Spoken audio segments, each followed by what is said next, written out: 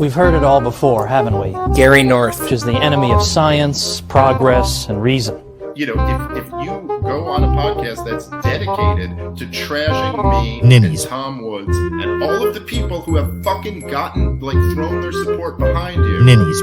that's not the time to go there and throw Gary North under the bus.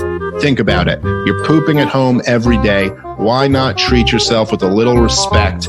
Your balls will thank you. The Fakertarians podcast. Episode 12. Prepare to set fire to the index card of Paleo podcasters. your daily dose of liberty education starts here. The Fakertarians podcast. Folks, if you're like me, one of the most demoralizing things is when someone utters the truth.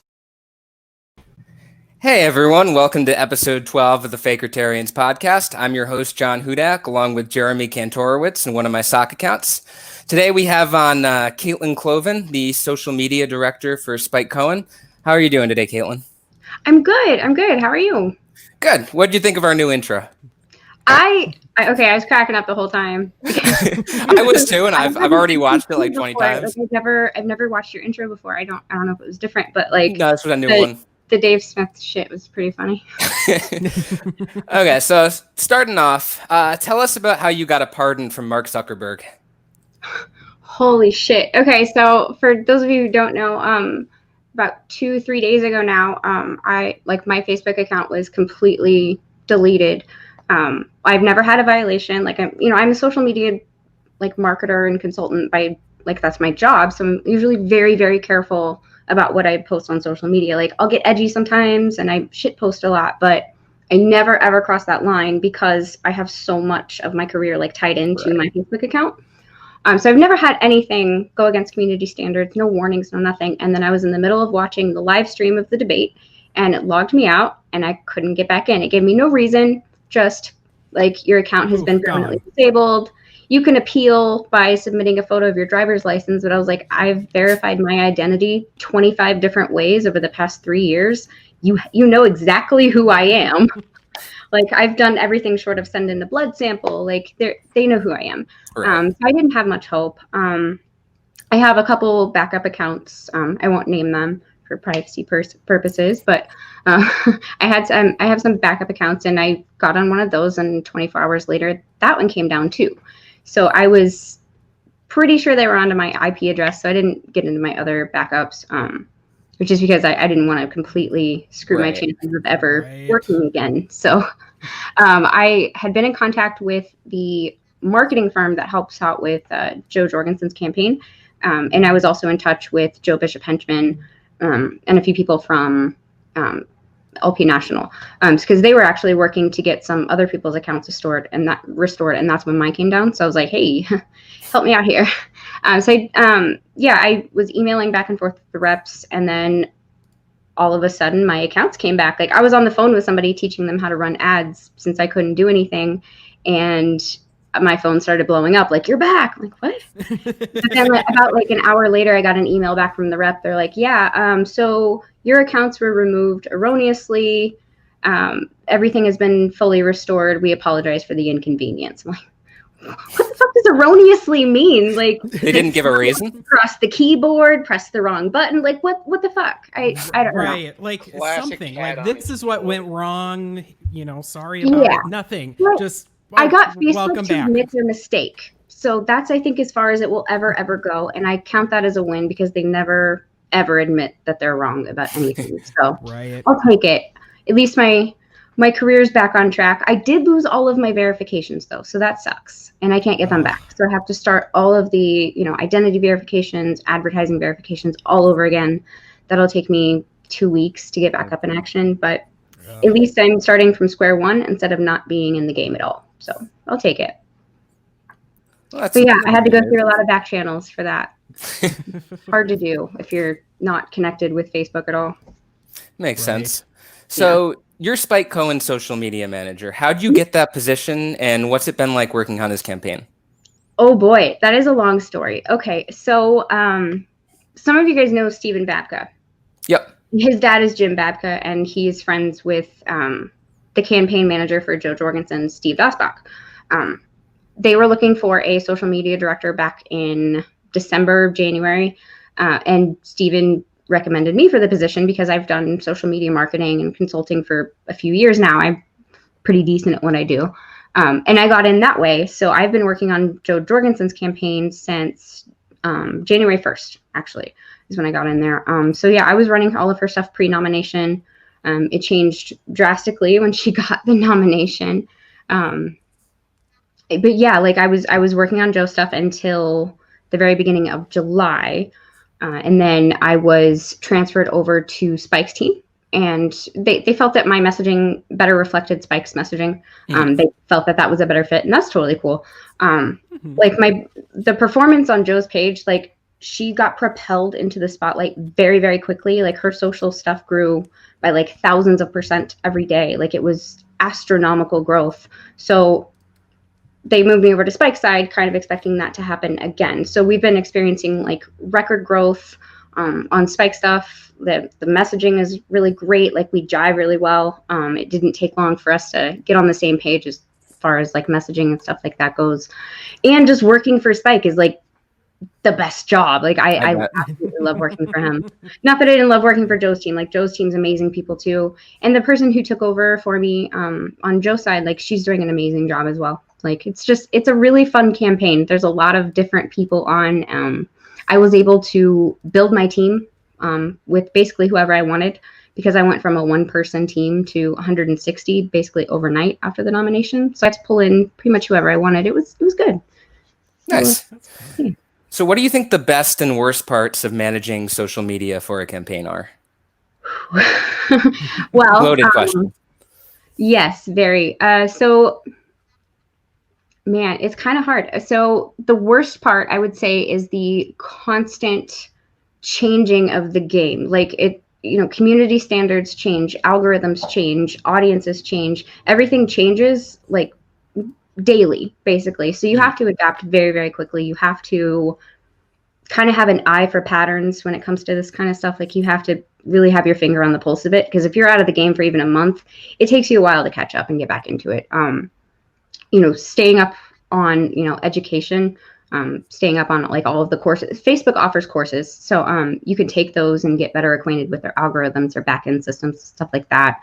That's probably the most difficult, is just staying up on everything. And then the best part is, it's kind of hard. Like I do a lot of like content curation and content marketing and things like that. So I really love coming up with the messaging and then watching my plans come to fruition and watching the growth come in and seeing like the stats and everything to back up my plans. And it's like, it just feels really fucking good, Yeah. So I know like running political ads are just a pain in the butt. We tried to run an ad for a podcast a couple weeks ago, and I had to go through the entire verification process. And it didn't like my driver's license. Didn't like John's driver's license, and so yeah, it was just crazy. Like, what kind of challenges do you face? I mean, besides getting your account randomly deleted for no reason, outside of that, what kind of other challenges do you sometimes face with running ads? So the biggest challenge, besides like adapting to business manager on the back end, like ads manager, because it changes probably every week. That's a big pain in the ass. Once you're verified, the biggest challenge is really just like adapting to your audiences and making sure that your targeting is on point and you're hitting the target audience with the right message that resonates with them. So a lot of like data mining and matching all that stuff up to like optimize your campaigns and make sure that they hit hard. That's the most challenging part of it. So like the actual marketing part, like creating the ads, like that's all fun. And, writing the copy, I'm not very good at writing copy, but I have people who help me write copy. But like making sure like you have the right keywords to hit the right people, and you're splitting up your campaigns most effectively and spending your money where it's going to actually have a return. That's definitely the most challenging part. Yeah. Okay, so I think I got a good one here. So there's been a lot of naysayers about the campaign lately, and to me, it's just kind of witnessing the arc of the Libertarian Party and our presidential candidates over the last 20 years or so, like just going back all the way to like let's say like Harry Brown and then, Barr and, and all that crap. It seems like to me, like we've got the most, like the absolute most consistently libertarian candidates we've had in at least 20 years since Harry Brown. And I think it's actually messaging pretty well. And to me, it seems like more people are responding well to this. And I feel like, especially right now with so many people upset with the two major party candidates, like this is our time to shine. And it seems like the more radical messaging or the more consistent libertarian messaging is actually playing very well. And I was just wondering what your thoughts were on that as being part of the campaign. So it is much more radical than campaigns past. I think everyone's familiar with Gary Johnson's messaging strategy.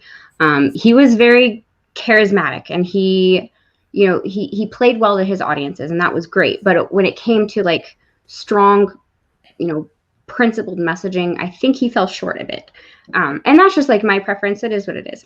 But with this campaign, like we've like from the get-go, since I was running Joe's Media, like right after nomination, like I wanted to hit like as radical as I possibly could to get on the scene and get people talking about us. And it really worked. Like I started out with like abolish the ATF, which I don't remember any other presidential candidate starting right off the bat with that, but it got a lot of 2A activists behind us.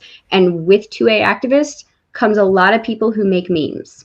So it kind of built up our organic, like grassroots base of memes and things like that. So there's a lot of like strategy that goes behind the messaging that people don't really understand so they're just like, they just see a tweet. They don't know really what goes in behind that. But besides like, the ATF stuff, like we've hit really hard on social justice issues and tying that back to libertarianism. So I know the campaign's been getting a lot of shit for,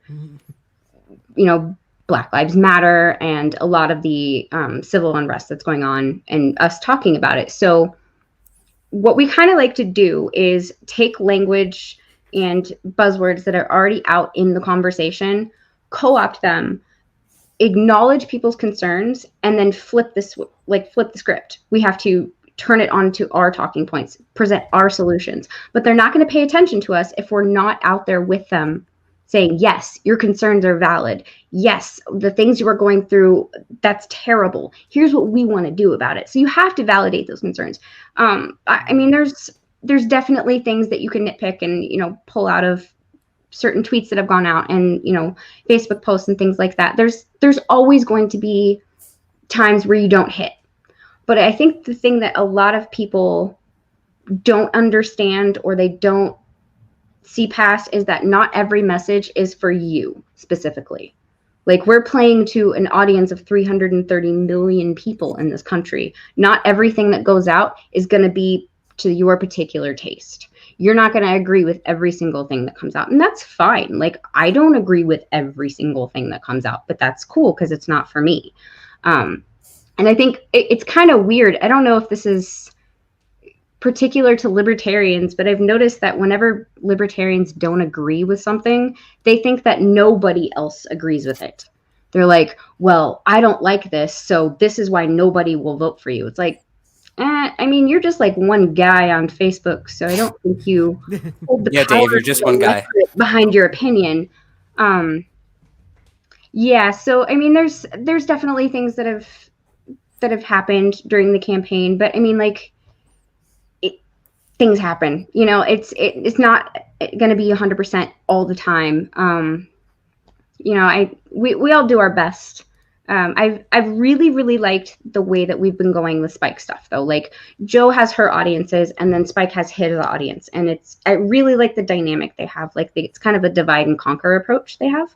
Yeah. So Spike plays to millennials and disaffected voters and the youth really well. BLM activists, the redacted boys, he plays really well across the board when it comes to younger audiences. And that's kind of where we just focus our efforts. So we talk about the things that the kids are talking about. I say kids because I'm almost 30 now and that kind of hurts to think about. I get that. Yeah. Like I still think of myself as like 23. But yeah, like I'm not a kid anymore. But he plays really well to those audiences. You know, we can message to them and it hits really well. So that's been really fun about working on the campaign. You know, we can talk about Black Lives Matter, and we can talk about you know, the riots and the everything that's going on right now, and we can still turn that into a productive conversation instead of just like, you know, trying to punch left or punch right. Like we're out there actually talking about solutions and validating people's concerns and being empathetic with people that disagree with us, and it's really paid off. So we've gotten endorsements from 2 Black Lives Matter groups. And this wasn't even something that we had sought out. We just went to the events, we talked to them about our solutions, and they're like, we can't vote for Biden. Biden, you know, wrote the crime bill. He's not for our communities. I like what you're saying. We're giving you the endorsement. And they, you know, they don't have to agree with every single thing, but if they believe in us enough on certain issues, we get their votes. And that's what a campaign is. It's about votes. It's about, you know, introducing people to the ideas that we have and bringing them in the door so then in 4 years they're activists for the next candidate. That's basically what it is. So I thought we were just supposed to say they're all communists. yeah, well, you know, that's different strokes, I guess. I won't tell. Yeah, I thought that was a fantastic answer, and I'm really excited about 2A and social justice kind of like morphing into the same issue, and I love that. Yeah, agree. Yeah, I've been a big fan of Spike's messaging myself. Yeah, we have a lot of fun with it. Like right now, actually, we're doing like a huge series on healthcare and like solutions and stuff, because everyone, you know, gives libertarians shit about our healthcare plans, but it's like, if you actually get in there in the conversation and talk about the ideas that we have, like the actual solutions, not just like, yeah, grandma needs to die. Like we talk about like how to fix things and why things cost so much. We've been getting a lot of really good feedback on that. We you know, I have all the analytics and stuff, and it pulls people in, and it keeps people in the party. It brings in new people. It's great. Like I really enjoy messaging for Spike. Yeah. Okay. On another topic. So sadly, we weren't able to get Matt Kay on as a surprise guest today. But I know you've had some run-ins with him back when you were both at Fakertarians. I was there. I was around at the same time. Do you have any good Matt Kay stories you want to introduce? Oh my gosh. Okay, so a lot of people don't know this, but like Matt Kay and I used to be really good friends. Like it was me, Matt Kay, Lonnie Dupree, and Josh Smith. This was way back in like 2017. So Such an interesting grouping. Let's not bring in current rhetoric. Like it is a thing. But we were all like best friends. You know, Vinnie Marshall was on there. A few other people that have kind of come and gone throughout the years, but that was our core group. Bo Brown. Oh, I cannot believe I forgot Bo Brown, but he was like one of the main admins as well. We started in like a shitposting group, Gary Johnson's Dank Meme Stash, and then we went to a splinter group, Gary Johnson's Dank Meme Crew. We splintered off again because of some crap that happened with the admin. That's right around the time I came in, and we decided to start a page. And we were like, well, hell yeah, let's get out there and make more libertarians. We were all very fired up and naive and believed in the system. So we started Fakertarians, and it was just kind of like a meme page, and we were trying to work alongside of the LP without being actually affiliated. And that's kind of where I got my start in social media as well. But Matt Kay was one of our admins, and that was back when he was an ANCAP. Believe it or not, Matt Kay used to be an ANCAP, and you remember that. Oh, yeah. But yeah, he was solid. He was a great dude. Like, we were all really good friends. We talked every day. Like, we confided in each other. And then I don't really know what the catalyst was, but I don't know. We started going after Liberty Hangout.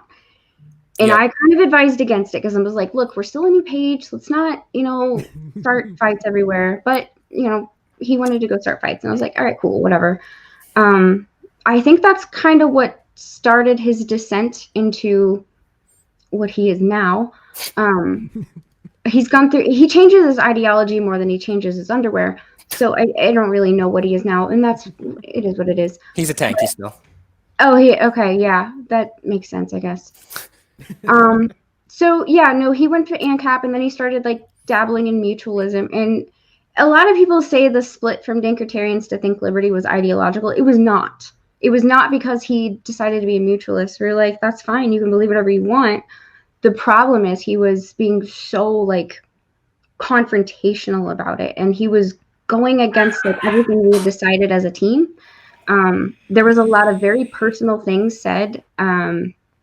He kind of went off the rails. He was a gigantic asshole. Like that, like I don't really know what happened there, but any sort of semblance of friendship completely splintered. And then we were like, you know what, we're not gonna deal with this anymore. So Lonnie, Josh, Vinny, and I split off and started Think Liberty.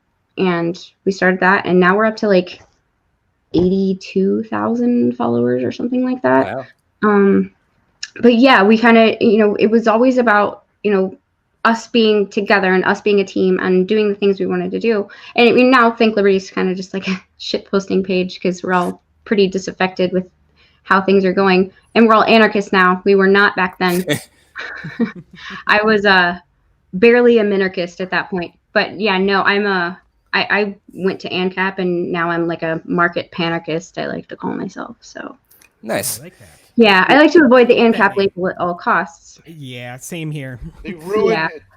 I still use it, but there's some bad ones out there. Yeah, there really is. And like after I dropped the ANCAP label, I found that it was a lot easier to talk to people on the left, and it was a lot easier to talk to other anarchists because they didn't like write you off right away. I was like, yeah, I'm just a market panarchist, and I don't have like a deontological view of ethics and standards and things like that. And it's a lot easier to talk to people that way. Yeah, So, yeah, that's agreed. That's what I've found as well. yeah. I kind of had the same experience with Matt. Right around that time when he was feuding with Liberty Hangout is kind of when I met him. That's when Fakertarians started. Yes. It was me, actually a lot of the same people. It was me, Josh, Matt, Bo. I was an admin for a while. Yeah, that was fun. Oh yeah. Yeah, I completely forgot about that. The OGs because Matt brought me on.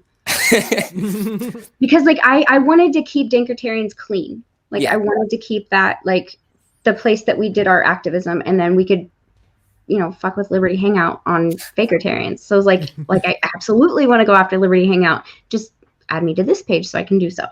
So yeah, I was OG. And then he left. He ended up. I ended up splitting with him a few months afterwards because he was hostile all the time. I mean, we'd kind of get into it, and he eventually kicked. I think the deal was that I would get kicked off of Dinkertarians, but I would take full control of Fakertarians or something like that. I don't remember the exact specifics, but I remember that. Yeah. Then we went pretty hard against him during his 2018 chair run. I made a petition to have the LNC do something. One of the nastiest campaigns ever. Oh my God. Not really the Matt side of it, but just like Yeah. the chair race in 2018, like holy shit. That made me that was hate bad. the LP. Like one of the reasons I hated the LP at the time, like was because of that and like all the shit that happened and the way that people changed during all of that. So it kind of sucked. But I'm just glad that shit's over. No more LNC elections. Till 2022. I'm not part of the LP, like officially. Like I don't know. I'm thinking about getting involved with Ohio LP. Chrissy Wickers and I are going to work on like a bunch of ballot initiatives and stuff, and try and get decriminalization on the ballot here a lot. So I am going to most likely join the Ohio LP. I'm just not going to have anything to do with LNC crap ever again. I get that. I'm probably in the same boat there because I was definitely involved. I like strategically chucking rocks at it from the outside. I have been doing that for the past year and a half. But like I said, this campaign's kind of brought me back in. I found a lot of really good people that are fairly new to the party. It's kind of renewed my, I guess, drive to want to help. But no more ridiculous volunteer work for no thanks anymore. So we like to ask this to our guests since it's been kind of an ongoing feud for us. So what are your thoughts on the Mises Caucus, which to be clear is definitely not a cult? Definitely not a cult, and don't ever bully podcasters. But we're podcasters now, so they can't do anything. We're untouchable. True. They can't talk shit about you anymore. That's how that works. I think they have to let me back in. Oh, they probably admin you if you get over a certain viewership. Yeah. So Mises Caucus thing is, it's kind of convoluted. I was actually like one of their founding members. Like I was asked to be part of their board very, very early on, like way before they were even doing anything.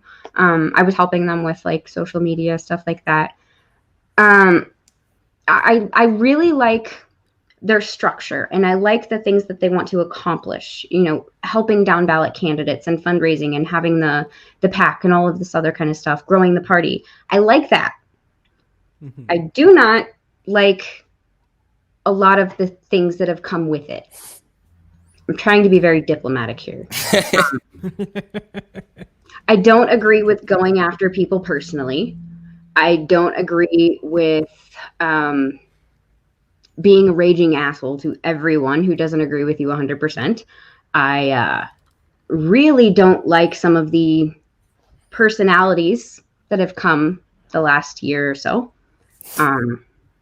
I think that's been a net negative overall for them. I don't know, like I completely broke everything off about a year or so ago whenever there was some things going down on the LNC and there was a lot of very big disagreements, and like I understood all of, you know, both sides of this, but it seemed like a lot of people in the group was overreacting to this and getting very personal with people's lives, and I was like, I don't want anything to do with this anymore. And since then it's kind of been a massive shit show. So yeah. It's gotten worse. Like I'm overall not a huge fan. Like I left in late February or so, and I already saw it was kind of going down the tubes. Yeah, and getting you a little bit like ridiculous. 2 months after I did. Like you remember all that shit that went down that.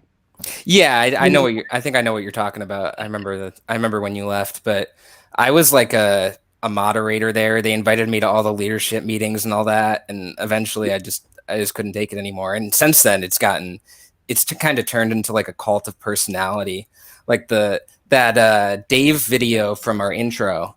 That was when Dave Smith was mad that Josh Smith came on our podcast, and Josh was actually like arguing with us for most of the podcast, but he said some not nice things about Gary North, and Dave wasn't very thrilled about that. But I don't know. I feel like it's kind of turned into like a cult of personality there with the podcasters, especially with how the podcasters are the ones bringing in the new people. So the new people are even like, I'll see some of the leadership like arguing with the other people, but they're like just overrun with the new people. Mm-hmm. That's what happens when you tie your caucus to people who are not invested in why you founded it. So. Yeah. Okay, what else do we got on here?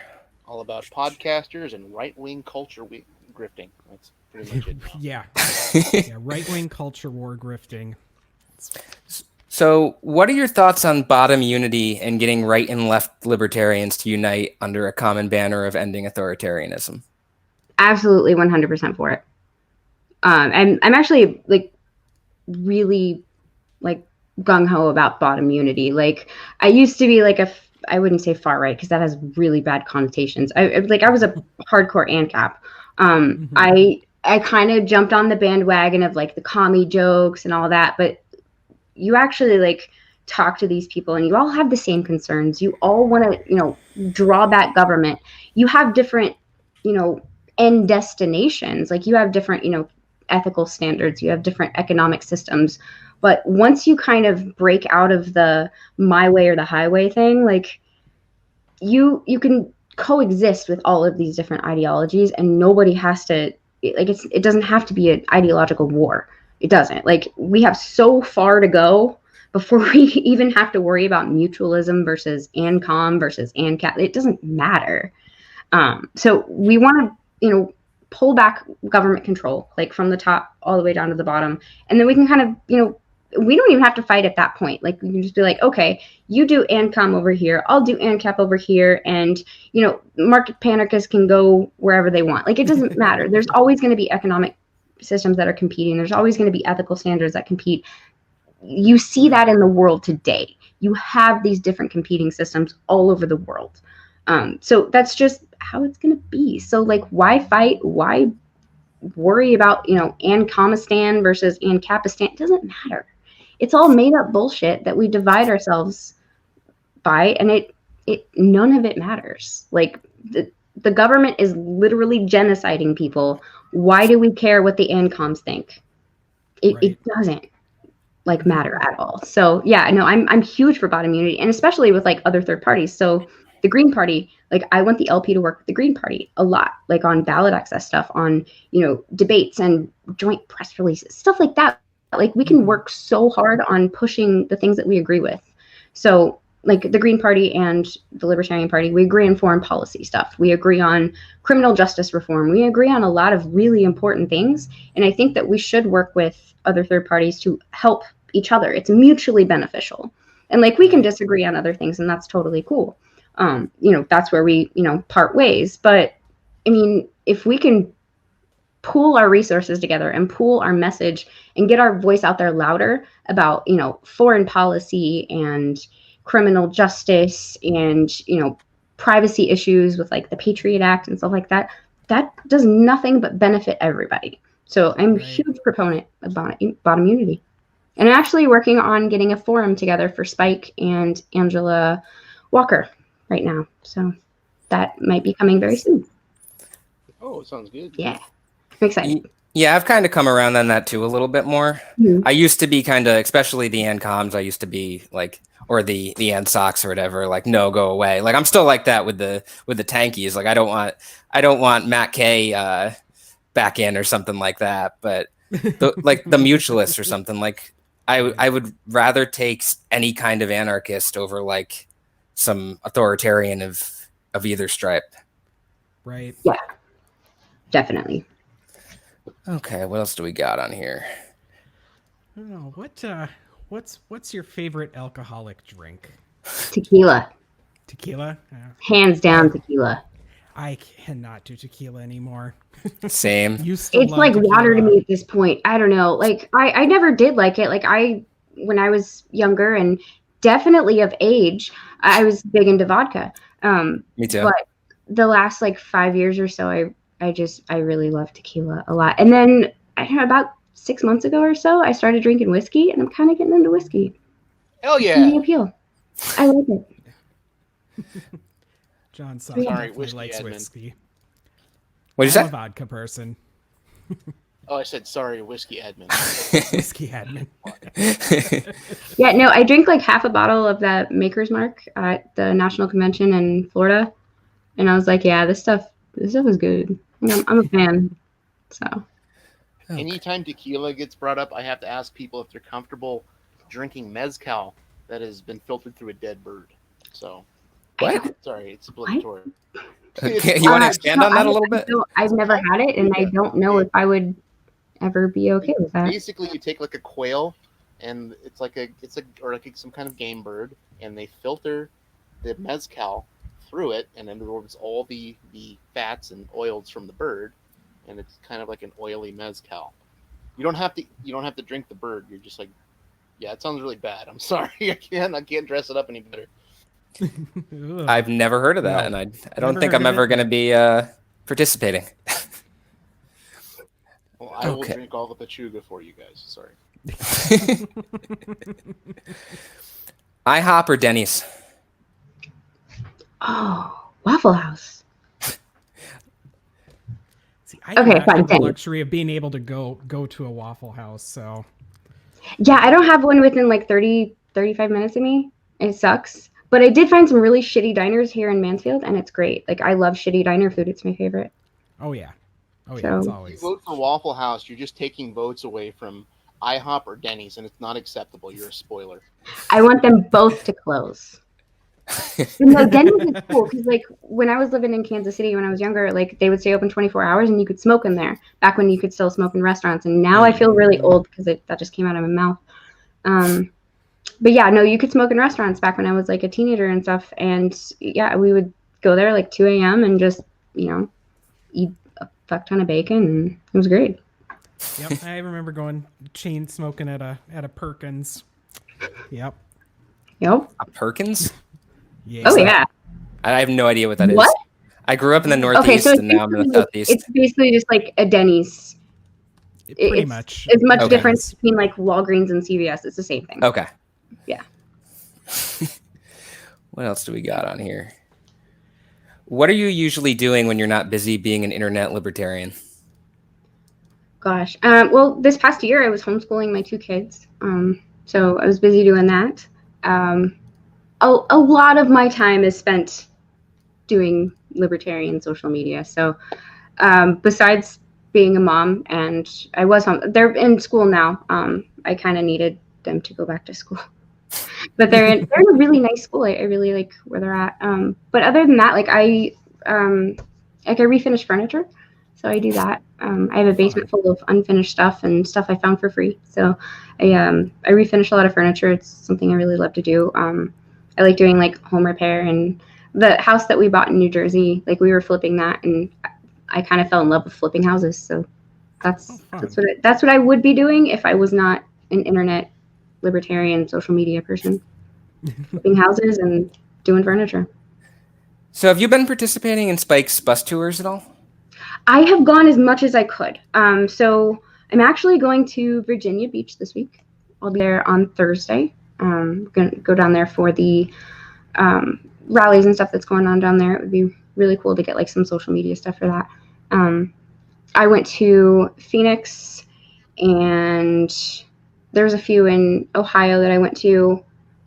But yeah, no, I've been doing a lot of that stuff. I went down to Virginia before too for a Black Lives Matter and 2A rally that they were having down there. So I've gone to probably 8 or so of his events altogether. But with kids, it's hard to travel all the time. No, I get that. Yeah. Let's see what else I have on this list. Do you have a favorite Mises Caucus podcaster? You're allowed to say no. But... Back when I was in it, and I had a podcast. That was nice. I wasn't hosting it at the time, so it's not like me bragging. Benny Marshall was hosting the Think Liberty podcast. I like that one. Yeah. I know he's been saying people want him to come back and podcast again. I was talking to him the other day. Yeah. Right now. Yeah, a couple of people that I've seen have wanted him to come back and do either Think Liberty or his own podcast. He had his own podcast for a while. Yeah, I definitely want to have him on here sometime too. He's good to talk to. Yeah. Solid guy. Okay, do we have anything else we want to get to, guys? I guess I got a Waffle House and a campaign question combined. Okay, so of all the Waffle Houses you got to visit, which one is your favorite, and why is it the one off the I-10 in Baseline in Guadalupe, Arizona? I don't know where that one. I don't think I went to that one. But no, my favorite one from the campaign trail so far was the one in Columbus. So we were at the I think it was the Ohio State Convention. Yeah, it was the convention there in Columbus for Spike's thing, and he was, speaking and doing some other things. But there was a Waffle House right across the street from the hotel. So I went there probably 8 times over the course of 3 days. So I was there quite a bit. And then, at night, everyone is very inebriated at these conventions. So we went over there even more. And there was a couple Waffle House employees that, the one of them hit me up in Messenger, like, "What's up, though?" So that's now like an inside joke on the campaign. Everyone's like, "What's up, though?" I'm like, shut the fuck up. It's like, I have no interest in dating some random Waffle House employee from Columbus, Ohio. So going back to politics for a second, who would you say your biggest political influences are?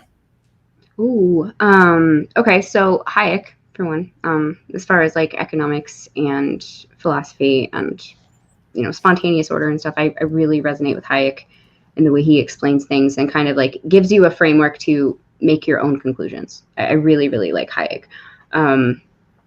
Politically, like active today, there's some things I really disagree with him on, but I do like Justin Amash and his willingness to work with other people across the aisle and to stay consistent on the things that I do appreciate about his positions. I really like the bill he had with Ayanna Pressley, like for ending qualified immunity. That was awesome. that got that in the national spotlight. That's good. Like he's making things happen. I like what he's doing there. I used to be a big fan of Rand Paul way back when. Me too.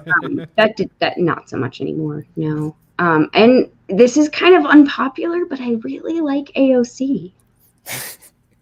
Like, there's some things I fundamentally disagree with her on. Like, no, I get what you're saying. Absolutely not. Like, no, screw that. But she's always like on point when it comes to criminal justice reform. Almost always on point. And she's loud and she gets people to talk about things that they weren't previously talking about. And like a lot of her positions on things are solid. Even if she doesn't come to the same conclusion, like she's calling out the stuff that needs to be called out. And it's not like there's a bunch of libertarians in Congress to do it. So yeah, I mean, I would definitely take her over Biden or something like that. Like, obviously, I have a ton of issues, but Biden is just like, we're not going to have a perfect candidate up there. Like, at least find one that can make change and reform on things that actually like really matter. And there might be some, bad that, doesn't necessarily outweigh the good, but I don't know, like we got to start making changes, and we can't wait until we have a libertarian full of Congress full of libertarians. Like, that's not going to happen for a long time. So. Right. Yeah, I can appreciate that she seems very genuine and actually what she says, and is probably not a sociopath. Yeah, and like her campaign was just amazing. Like, I learned a lot from watching her campaign. Like, yeah, like I'm not a Democrat. I don't like socialism, like all that stuff. That's whatever. That doesn't matter. But you separate the actual campaign work, and like what she did was amazing. Like, she went out there and knocked like thousands and thousands of doors herself. She was pulling together town halls in like school gymnasiums, and she got like everyday people fired up about politics when previously they did not care. Like, what she did with her campaign was the most amazing thing. And I learned a lot. Like, I learned a lot about like networking and how to get people to get involved with politics when they just don't care most of the time. Like, I learned a lot from like, strategy wise and things like that. Dave Smith is going to be talking about this. Yep, talking about this now. Like, Spike Cohen's social media manager said AOC is amazing. This is the problem with the Libertarian Party. Yeah, there's no nuance. Imagine that. The point with her is, like, even though I specifically said I don't agree with her economic policies, I don't like socialism, and I don't agree with any of that. It's cool. I'll take the hit. Do you have any? Oh, sorry. Go ahead. No, you go ahead. I was gonna change the subject. I was saying an interesting point with her is that, even though we all obviously agree with, or disagree with the Green New Deal, that went from like becoming a fringe policy that she was putting out to now there's like Joe Biden talking about it. So it's like, the Green New Deal came out in 2010, and only once AOC came out with it, now it's mainstream. Now people know what the hell a Green New Deal is, because Howie Hawkins and the Green Party came up with the Green New Deal in 2010. That's been around forever. Something there with her messaging that is getting people to be responsive to that. She's authentic, and she utilizes social media in a way that, like, I don't like. It's really cool to see, like, from being in social media marketing. Like, I watch her stuff a lot. It's kind of cool how she does things. But she knows how to connect with people, and she knows how to message to her base and get her base to do a lot of work for her too. It's really cool. Yeah. Okay, so before you get to your next question, okay. I wanted to give a shout out to this John Lane guy in the comments. He's been like freaking out at us this whole time. He's like, these guys are morons, and what else has he said? This podcast is shit, but he's been watching the whole time. How fake can this woman be? That's cool. I mean, what else do you say? Fake ass chump. You are a trend chasing bum. That's all you ever will be. Oh. Okay. That's what social media marketing is, but okay. Bum ass shit. Fine. He said. He said at one point he said, "Yeah, eat dicks, bum." What else? He said, "Fucking morons." Yeah. So, hey, John. Oh, I'm a tramp now. Cool. He's a fan. He is a big fan. He just said, "I love you, fucks." So that's nice of him. I'm gonna put that like in every podcast graphic now. Like it'll be like an endorsement. I love you, fucks. Love you too, bud. Okay, Jeremy, you can get to your question now. I just couldn't. I couldn't leave that alone. Just like Tom Woods said that we seemed like classy people. We are. All right. Diane left. Yay. Yeah, Matt Wright's Facebook went down. Oh, really? Guy who hosts Muddied Waters. Yeah. Oh. Yeah, his Facebook went down just like mine. No explanation, completely gone, no warnings or anything. So we're trying to get him back. I've reached out on his behalf. So John Lane just apologized. He said, "Sorry, I've been drinking, but let's be honest." So that's not really an apology. But let's be honest. Okay, yeah. He said sorry, so I'm going to give him the Suck it, John. little benefit of the doubt. We accept your apology, John. We love you. I don't. So, do you have any predictions for the next month here? Now that now that we've got the whole Mr. Typhoid Tangerine. That's a good one. I haven't heard that one yet. I don't know. It's kind of hard to tell at this point. So there's a lot of conflicting information coming out about his condition and whether this is really bad or if he's just in the hospital as a precautionary measure. Right. I do not think the rest of the debates are going to go on. And if they do, it's going to be some weird hybrid version where it's like they're going to be doing it virtually over Zoom, which is very weird. So that's a possibility. I know a lot of people are thinking that if Trump doesn't show up to the debates, that Joe Jorgensen will get in. But I mean, let's be honest, the CPD is not going to let that happen. Let's not kid ourselves here. It's literally a Republican and Democrat. Yeah, there's gonna be like, oh no, venture. Well, Joe Jorgensen can come now. Like, no, no, come on now. But no, I think it's gonna get really, really nasty. Even more nasty than it is now, because that's kind of the nature of politics now. It's not about honesty and discourse. It's not about talking about the issues. It's about punching left and punching right.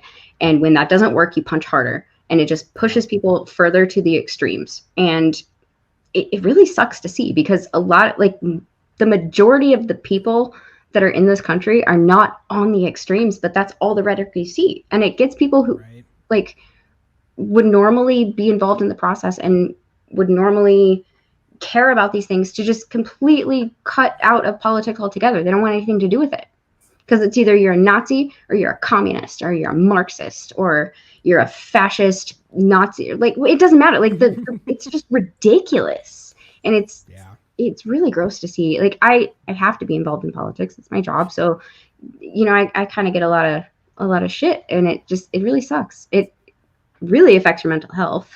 I think that's one thing that people probably don't talk about enough, is how much politics affects your mental health, because it wears you down. Oh yeah. Yeah. Absolutely. Yeah. So I think it's going to get really nasty over the next month. And I think after the election, I don't know. I don't want to say it's going to get really violent, but I don't know. I can see it going that way. And I would be really sad to see that happen. But with the way things have been in the past 6 months, you lock everybody down for 8 months and you don't let them do anything. And, even masks have been politicized. Like, it's a piece of cloth on your face. Why is this a political issue? But yet it's just, everything is so extreme now that I do not think the election results are going to be taken well, no matter which way they go. What way it happens. Yeah. I think Trump's screwed, honestly. I feel like with this COVID thing, even more. Yeah. I don't know. It's going to be weird. So we have try to make a typhoid tangerine happen. So we have more questions from our biggest fan in the comments. He wanted to say, and this is like a question that's false, but can we address the fact that Joe supported BLM after they came out as a Marxist organization? She has stated multiple times that she supports the movement, not the organization. The organization is a few people on a board, not the activists, not the majority of people out in the streets who just want cops to stop killing Black people. They want to stop the disproportionate policing of communities of color. They want to stop the drug war, and they want to stop disproportionate incarceration rates. They want people to care. They want change. they're not all Marxist. Like, that's the most ridiculous thing. And I don't know why that's such a big talking point, but because one person on a board is like, oh yeah, I'm a Marxist, or it was on the website. Nobody conflates the website of BLM with the thousands upon thousands of people out in the streets. That's not how it works. They all go home and check the website before they protest. People who go out there with a hashtag like Black Lives Matter, absolutely Black Lives Matter. It doesn't mean they're Marxist. And Joe has come out several times, and Spike has come out several times and said that we do not support Marxism. We do not support Marxist organization. We support the people. We support their concerns, and we empathize with them, and we have real solutions. So fuck off with that question. Couldn't Do have. people know what decentralized movements are No, like? Don't because they? Antifa is an organization, and they all get Soros checks, and Black Lives Matter's the same way. Fuck, it's ridiculous. I've been waiting on my Soros check. Yeah, dude, I'm I owed like just got mine. I am spending it. thousands at this point. We have a new comment in. Hello from Central Coast, California. We're bringing the 3-party system or the 539 party system to the 538 member electoral college in 2020. I give an Honorable. original comment in real time. Yeah. Well, he's Hi, saying hello. James. He put me on the James. ballot the Everybody. other day. I'm gonna try to win. Didn't he have Cop Saminger on there? Yeah, Was that his yeah. Cop account he put That's on? That's my And then he competition. had like fictional characters on there too. I We ha- read through like all of his stuff, and I still have no idea what he's talking about. I thought he was a bot for the longest time. Like, I really did. Like, he would like all my comments whenever I was like making fun of him.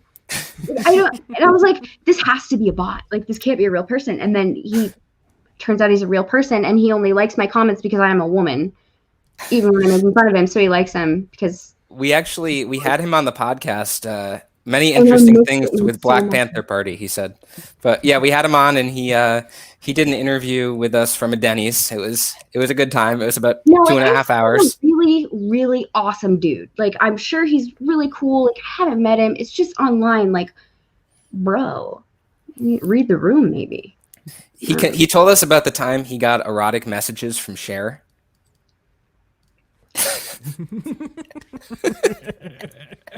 Okay. Just had to throw that out there because, and he told us about he wrongly. I'm just gonna say this is not true before anyone runs with it, but he told us that Joe Bishop Henchman identifies as a woman,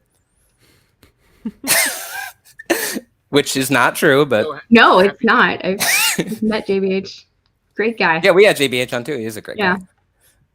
But yeah, that was a fun interview. But we're glad, James. We're glad you're watching. Oh, John Lane says that Spike paid local Antifa, and it's documented. No, the fuck he didn't. He wrote me a check for like $50. I'm local Sweet. Antifa. Yeah. John is Receipts local or shut Antifa. up. It's documented though, so we really can't argue with that. Got the documents. Okay.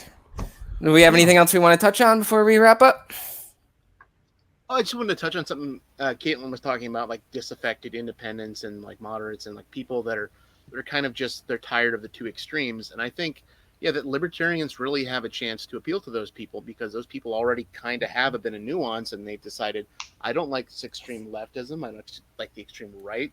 I can kind of make choices for myself. And I think those people are prime for libertarian messaging. And I think those are definitely the people we should be kind of reaching out to. I think we have been. Yeah. Mm-hmm.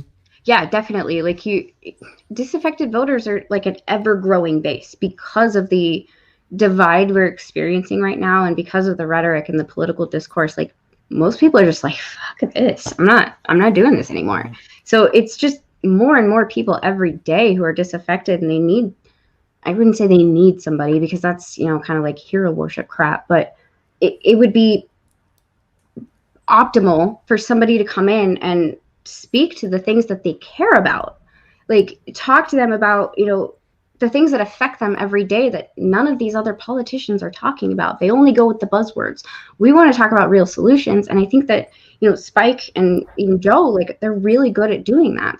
They're talking about things that people really care about and people really want to know how to fix it, and they just they they're doing really good at it. And that's where you get the people. That's where you bring people back into politics and the political arena and get them involved with the Libertarian Party, or at least the movement. Like, if it's not the party, like the movement, become activists, become whatever.